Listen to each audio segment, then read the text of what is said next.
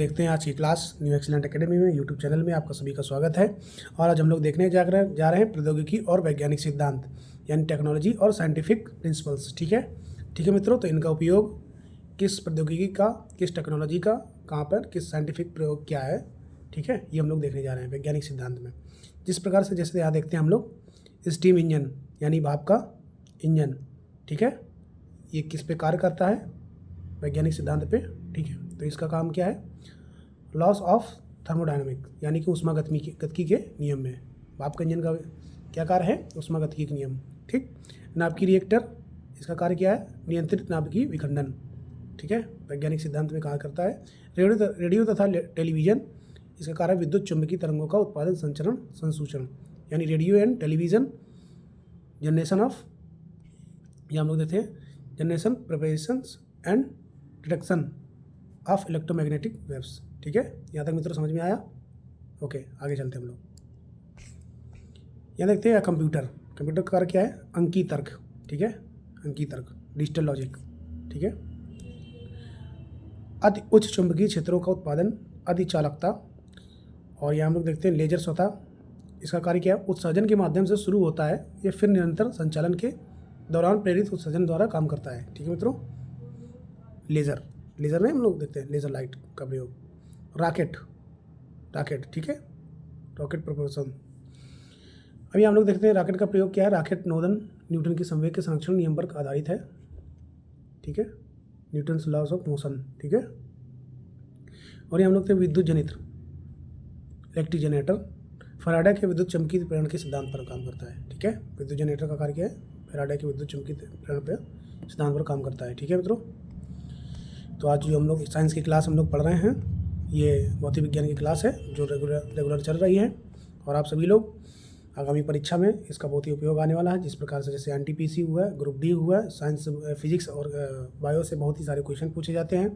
उसी प्रकार से यूपी होमगार्ड में भी जो आगे वैकेंसी जो चल रही है, और उसमें आप लोगों को इस बहुत अच्छे से पढ़ना है, जिसमें आपको इसका बहुत ही लाभ मिलने वाला है। ठीक है मित्रों, आगे हम लोग यहाँ देखते हैं। अब इस आता है यहाँ पे वायुयान यानी कि एरोप्लेन का कार्य करता है, किस पे काम करता है, किस सिद्धांत पे काम करता है, ये हम लोग देखते हैं। तरल गतिकी में बर्नौली के सिद्धांत पे ये कार्य करता है। ठीक है, कण त्वरक यानी कि प्रैक्टिकल एक्सीलरेशंस, इसका काम क्या है, विद्युत चुम्बकीय क्षेत्रों में आवेशित कणों की गति। ठीक है, सोनार क्या कार्य है, पराश्रय तरंगों का परिवर्तन। प्राकृतिक रेसे किस सिद्धांत पर काम करते हैं मित्रों, तो इसका कार्य ही है प्रकाश का पूर्ण आंतरिक परिवर्तन। ठीक है, अपरिवर्ती आवरण, इसका काम क्या है, तनु फिल्म प्रकाशित व्यक्तीकरण। ठीक है, इस सिद्धांत पे कार्य करता है मित्रों। तो आप सभी लोग को अगर क्लास अच्छी लगे तो कमेंट के माध्यम से जरूर बताइएगा, लाइक करिए, शेयर करिए, सब्सक्राइब करिए। ठीक है, अपने सगे मित्रों के लिए सभी को बताइए, ताकि वो भी इस क्लास का फ़ायदा उठा सके। फ्री में ये क्लासें बिल्कुल आपको एकदम ये बिल्कुल फ्री में दी जा रही हैं। ठीक है मित्रों, और आगे यहाँ देखते हैं इलेक्ट्रॉन सूक्ष्मदर्शी यानी कि इलेक्ट्रॉन माइक्रोस्कोप, इसका कार्य क्या है, किस सिद्धांत पे कार्य करता है, इलेक्ट्रॉन की तरंग प्रकृति पे। ठीक है, इलेक्ट्रॉन की तरंग प्रकृति यानी वेव नेचर ऑफ इलेक्ट्रॉन्स के। प्रकाश विद्युत सेल, प्रकाश विद्युत प्रभाव। ठीक है, प्रकाश विद्युत सेल का कार्य क्या है, किस पे काम करता है, ये प्रकाश विद्युत प्रभाव के नियम पर काम करता है। संलयन परीक्षण reactor, tokamak. Fusion test reactor, tokamak, ये किस काम करता है, प्लाज्मा परचुंबकीय परिरोध पर काम करता है। ठीक है, इस सिद्धांत पर काम करता है। अब यहाँ आता है वृहत मीटर वेव रेडियो टेलीस्कोप यानी GMRT, large metre wave radio telescope. ठीक है, इसको हम लोग क्या बोल सकते हैं, GMRT। ठीक है, यहाँ हम लोग देख इसका किस सिद्धांत पे काम करता है, ये कॉस्मिक रेडियो किरणों पर संसूचन पर काम करता है। ठीक है, संसूचन पर काम करता है ये। ठीक, यानी कि इसको हम लोग क्या कह सकते हैं, detection of cosmic radios waves. अब आता है यहाँ पे मित्रों मशीन्स यानी यांत्रिकी। मशीन्स का काम क्या है, यहाँ पे हम लोग ये देख लेते हैं। Machine is the area of mathematics and physics concern with the relationship between force, matter and motion among physical object. Forces applied to objects results in displacement or change of an object's position relative to its environment. ठीक है मित्रों, अभी हम लोग इसको हिंदी में भी देख लेते हैं और ये आपको बाइलिंगुअल बिल्कुल दिया जा रहा है इसलिए ताकि सभी को इस क्लास का फ़ायदा मिल सके, चाहे वो हिंदी मीडियम का व्यक्ति बच्चा हो, चाहे वो इंग्लिश मीडियम का हो। ठीक है, चाहे वो हिंदी मीडियम का हो और चाहे वो इंग्लिश मीडियम का हो। यहाँ हम लोग देखते हैं यांत्रिकी गणित और भौतिक का वह क्षेत्र, गणित और भौतिकी का वह क्षेत्र जो भौतिक वस्तुओं के बीच बल, पदार्थ और गति के बीच संबंधों से संबंधित है। अब यहाँ फिर से हम लोग देख लेते हैं, यांत्रिकी गणित और वह भौतिकी का वह क्षेत्र है। यांत्रिकी गणित और भौतिक का वह क्षेत्र है जो भौतिक वस्तुओं के बीच बल यानी फोर्स, अब आता है मैटर। ठीक है, मैटर यानी पदार्थ, गति मतलब मोशन, इनके सबके बीच के रिलेशंस जो होते हैं वो क्या कहलाता है, यांत्रिकी कहलाता है मित्रों। ठीक है, और यह क्या होता है, वातावरण के सापेक्ष में वस्तु की स्थिति में विस्थापन या परिवर्तन होता है। ठीक है, अब आता है गति। गति मतलब समझ रहे हैं आप लोग, मोशन। ठीक, गति का क्या है मामला, इसमें हम लोग देखते हैं गति motion. If the position of body change with time then the body is said to be in motion. Rest and motion are related to each other. ठीक है, यहाँ देखते हैं गति मोशन। यदि किसी वस्तु की स्थिति में समय के साथ परिवर्तन हो रहा है तो वो वस्तु गति अवस्था में कहलाती है। ठीक है, समय के साथ परिवर्तन, टाइम के साथ।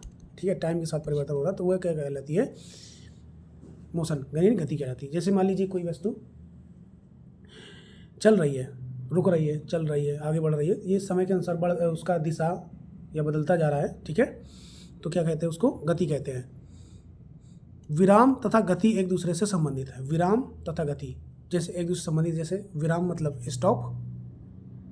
ठीक है, rest and motion are related to be each other. ठीक है, जो अभी बताया मैंने, रेस्ट एंड मोशन, रेस्ट मतलब विराम, मोशन मतलब गति, are related to each other मतलब ये दोनों क्या है, एक दूसरे से परस्पर संबंध बनाते हैं। ठीक, आगे the following are Newton's 3 law of motion. ठीक है मित्रों, अभी हम लोग क्या देखते हैं, न्यूटन की गति 3 नियम कौन कौन से हैं मित्रों। प्रथम नियम, फर्स्ट लॉ इज, इस नियम के अनुसार यदि कोई वस्तु विरामावस्था में है, बहुत सारे लोगों ने पढ़ा है और पढ़ते चले आ रहे हैं, एक बार फिर से हम लोग आज पढ़ लेते हैं। ठीक है मित्रों, तो यहाँ देखते हैं इस नियम के अनुसार क्या करते हैं, यदि कोई वस्तु विरामावस्था में है, मान लीजिए ये विरामावस्था में है, यहाँ पर है, रुकी पड़ी है।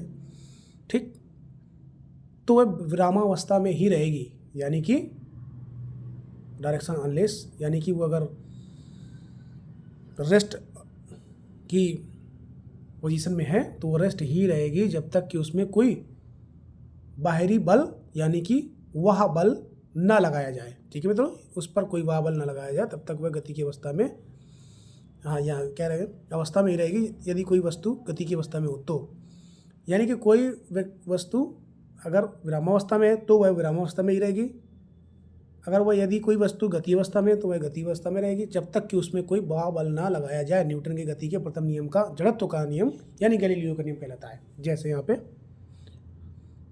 Newton's first law of the motion is the called of law of इंटीरिया। ठीक है, ऑफ गैलीलियो इज लॉ। ठीक है मित्रों, समझ में आ गया यहाँ पे। अब एग्जाम्पल के तौर पे हम लोग यहाँ देखते हैं, चलती हुई बस के अचानक रुकने पर उसमें बैठे आगे यात्री की ओर झुक जाते हैं। सब लोग देखते हैं किसी साधन में, किसी सवारी में हम लोग बैठे होते हैं तो कोई वस्तु चल रही है उसमें, तो जैसे मान लीजिए बस चल रही है, तो बस चलती समय क्या होता है कि उसमें एक बल कार्य करता है। ठीक है, मोशन यानी वो गति अवस्था में है, जिससे जड़त्व या आघूर्ण गैलीलियो का नियम कहा जाता है, जड़त्व का नियम। जैसे मान लीजिए इसमें यात्री बैठे हुए हैं, ये बस है, ये जा रही है। ठीक है, इसमें लोग बैठे हुए हैं, इस पर अचानक ब्रेक लगाया गया तो क्या हुआ, इसके ये जो पर्सन इसमें बैठे हुए हैं ये क्या करेंगे, अचानक से उनको झटका सा लगेगा और आगे की ओर वो झुकेंगे।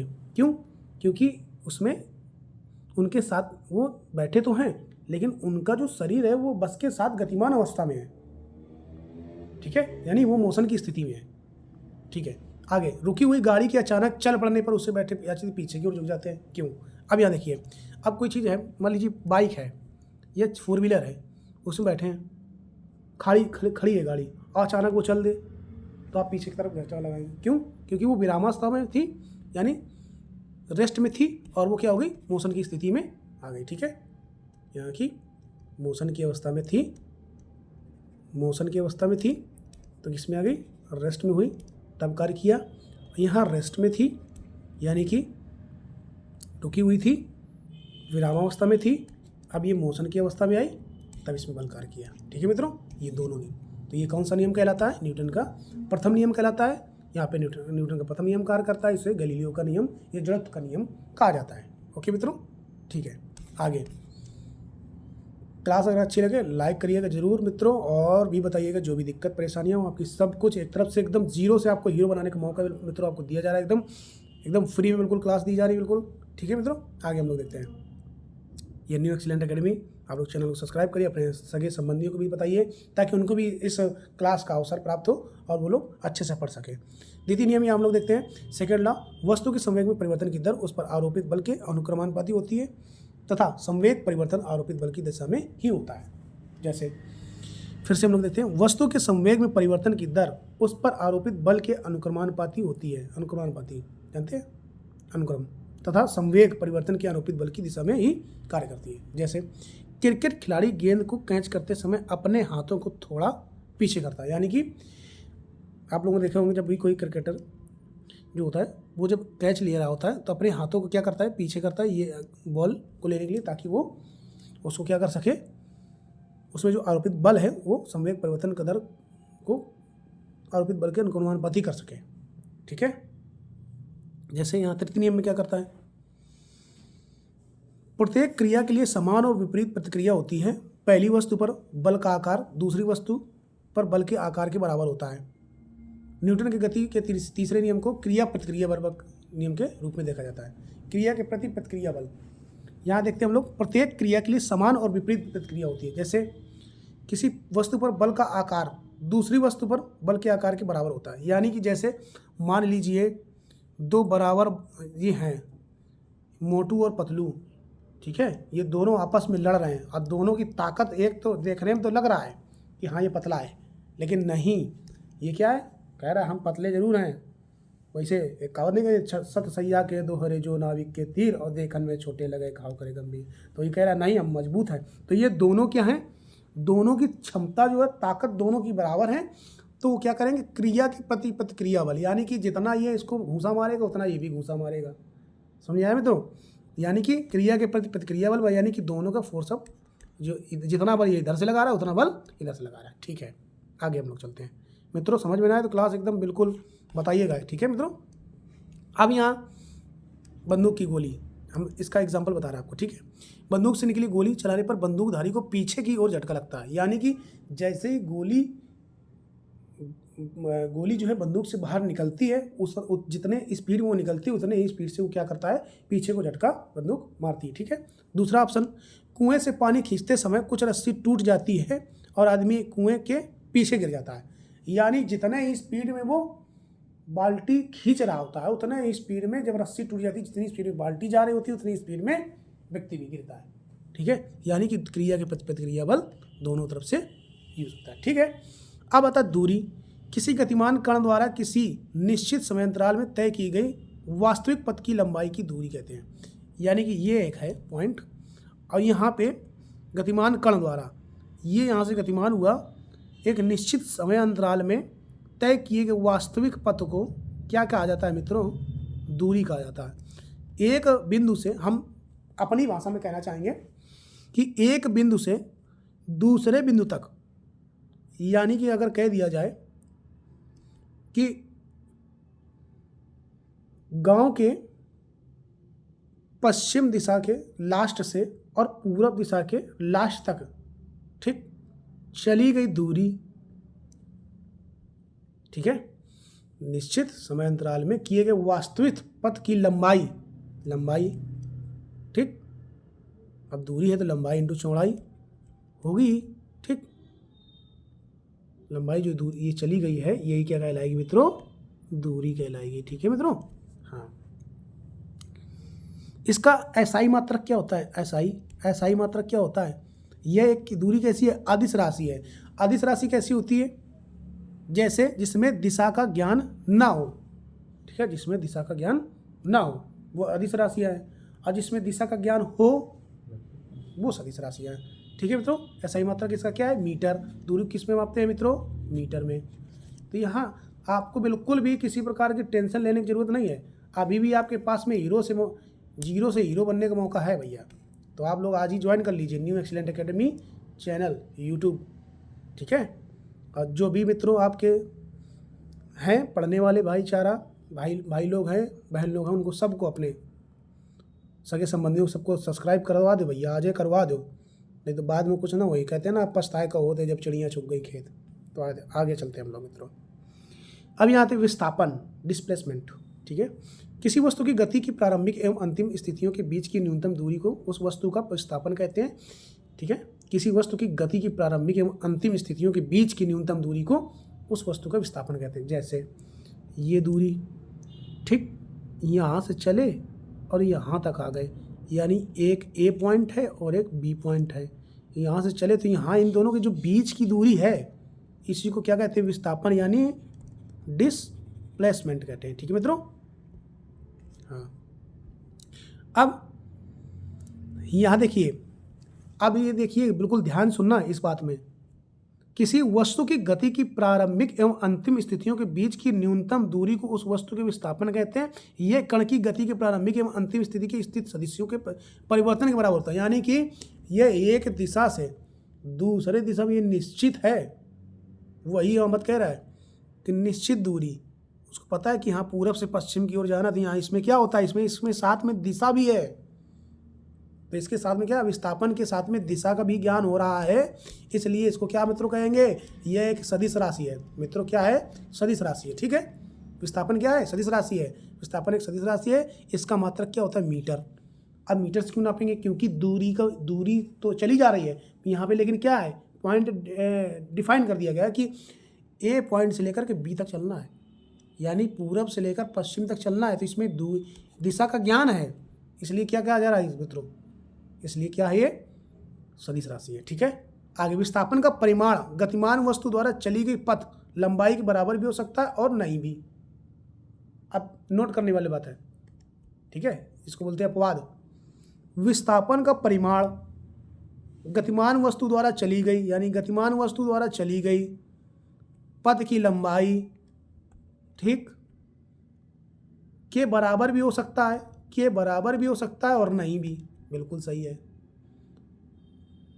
फिर से देख लेते हैं एक बार, बिल्कुल डाउट नहीं रखना। कहते हैं डाउट रखोगे जीवन में कुछ नहीं कर पाओगे। डाउट हो तत्काल बताओ, हाल लगाओ हाल फायदा, ठीक। तो यहां देखते हैं द मैग्नीट्यूड, ठीक, हाँ, ऑफ डिस्प्लेसमेंट में और में not be equal to be the path length and traversed by an objects. बिल्कुल वही बात बता रहा था चार मैं अभी। विस्थापन का परिमाण गतिमान वस्तु द्वारा चली गई पथ लंबाई के बराबर भी हो सकता है। देखिए, या ये चला पथ की लंबाई के बराबर भी हो सकता है और नहीं भी हो सकता है। क्यों? मान लीजिए दिशा, या मान लीजिए किसी का घर, ये श्याम का घर है, ये राम का घर, कहाँ यहाँ से चली गई दूरी इसके बराबर हो सकती है। अब उसने कह दिया कि श्याम को अपने राम के घर तक जाना है, बीच की चली गई दूरी, ठीक, क्या विस्थापन के बराबर है या नहीं? तो हो भी सकती है मित्रों, नहीं भी, ठीक। आगे चाल, स्पीड। अब चाल क्या है? चाल बराबर होता है दूरी बटे समय, ठीक। चाल बराबर क्या होता है? दूरी बटे समय। कोई वस्तु इकाई समय में जितनी दूरी तय करती है, कोई वस्तु इकाई समय में जितनी दूरी तय करती है, मान लीजिए एक ये समय है, मान लीजिए 5 मिनट में इतनी दूरी तय की, 5 मिनट में 10 किलोमीटर, ठीक।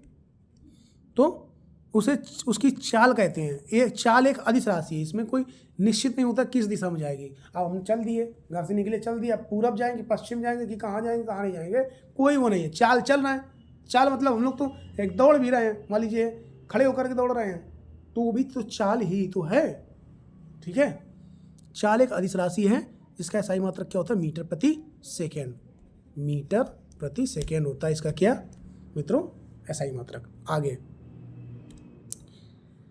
वेग, वेलोसिटी क्या है?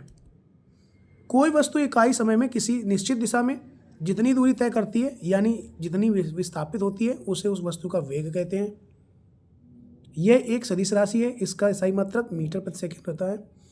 वेग धनात्मक, ऋणात्मक तथा शून्य हो सकता है। यानी कि देखिए वेग क्या है, वेग एक सदिश राशि है, सीधा सीधा इसमें से कुछ नहीं पूछेगा। वेग क्या है, सदिश राशि है। और दूसरा पूछेगा वेग का SI मात्रक क्या होता है, तो मीटर प्रति सेकंड होता है इसका SI मात्रक। ये बस इन्हीं दो में से कुछ एक क्वेश्चन पूछ लेता है।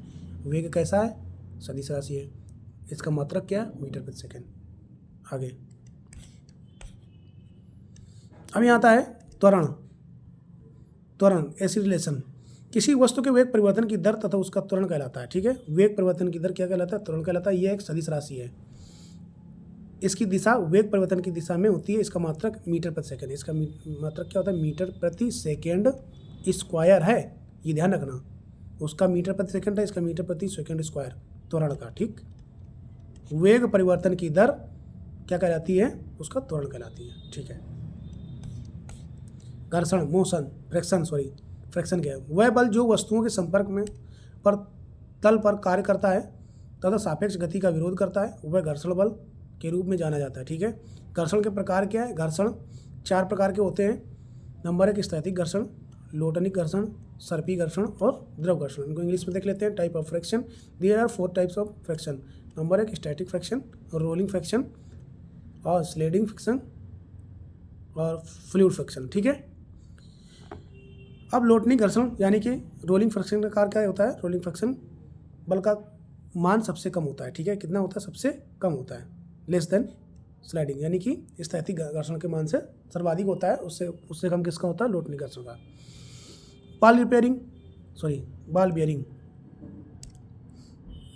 बियरिंग एक ऐसा उपकरण है जिसका उपयोग घर्षण को कम करते हुए घूर्णी या रैखिक गति का सक्षम करने के लिए किया जाता है। क्या देता है, बॉल बियरिंग। ठीक, आगे घर्षण को कम करने के लिए तेल, ग्रीस जैसे स्नेहकों का उपयोग किया जाता है। ठीक है, घर्षण के लाभ क्या हैं,